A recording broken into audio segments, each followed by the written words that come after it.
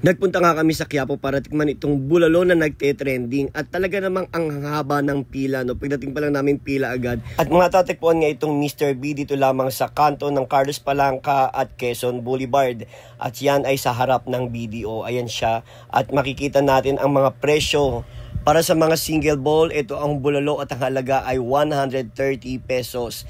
At para naman sa may mga kasama o couple, ang bulalord na nagkakalaga ng 250 pesos. At kung kayo naman ay apat, narito ang kanilang bulalo Pro Max na nagkakahalaga ng 480 pesos. Lahat po yan guys may mga kasama ng soft drinks. Unlimited rice and unlimited soup na po. So umorder na kami dyan at ayan naman nakikita natin hinahanda na nila yung mga naunang order. Kuya, ano kasi kami tatlo? So, isang bulalord, isang bulalo lang. Dining. Order ko ang bulalo na pang-isahan at yung pangalawang order na pang-dalawahan yung bulalord. Nakita nyo nga guys, yung mais at yung mga gulay na magdadagdag lasa at sarap sa kanilang bulalo. At nakita nyo naman kung gaano kalalaki yung mga kaldero nila dyan. Ibig sabihin, marami talagang may gusto ng bulalo na ito.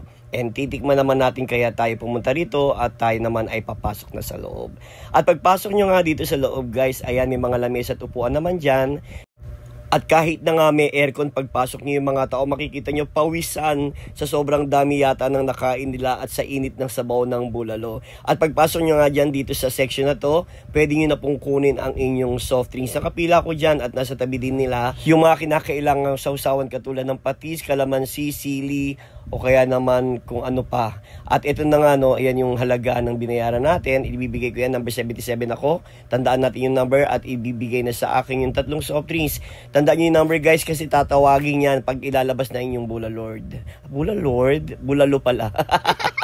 At ayan na nga, binubuksan na yung tatlong soft drinks namin. Bibigyan din kayo ng tatlong cups with ice. Kinuha ko na yung soft drinks namin para habang inaantay namin yung paglabas ng aming bulalo.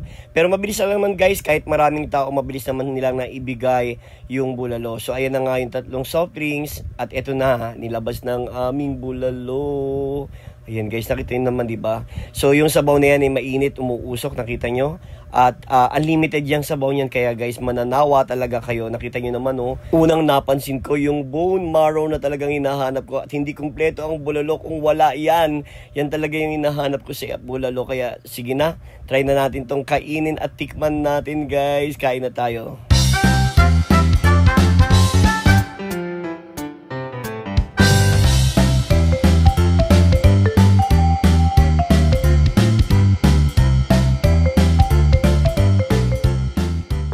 At ito na ang pinaka-best part, kakainin ko na itong bone marrow.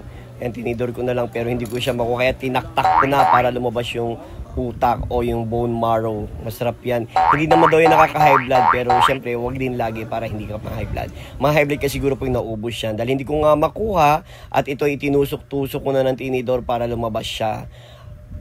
Tusok, sige tusok.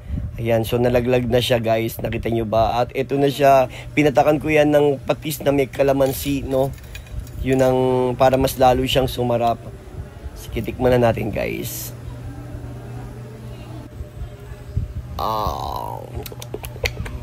Sarap.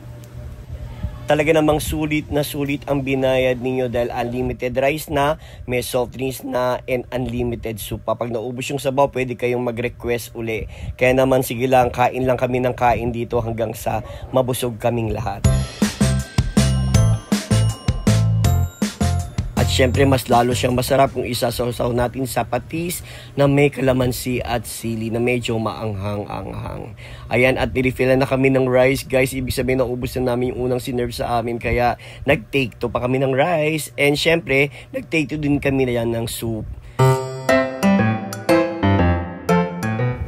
Ayan, at pag-uwi nga, nandyan na rin yung sticker ko. Oo, diba? Shala. Thank you guys for watching. Arat na!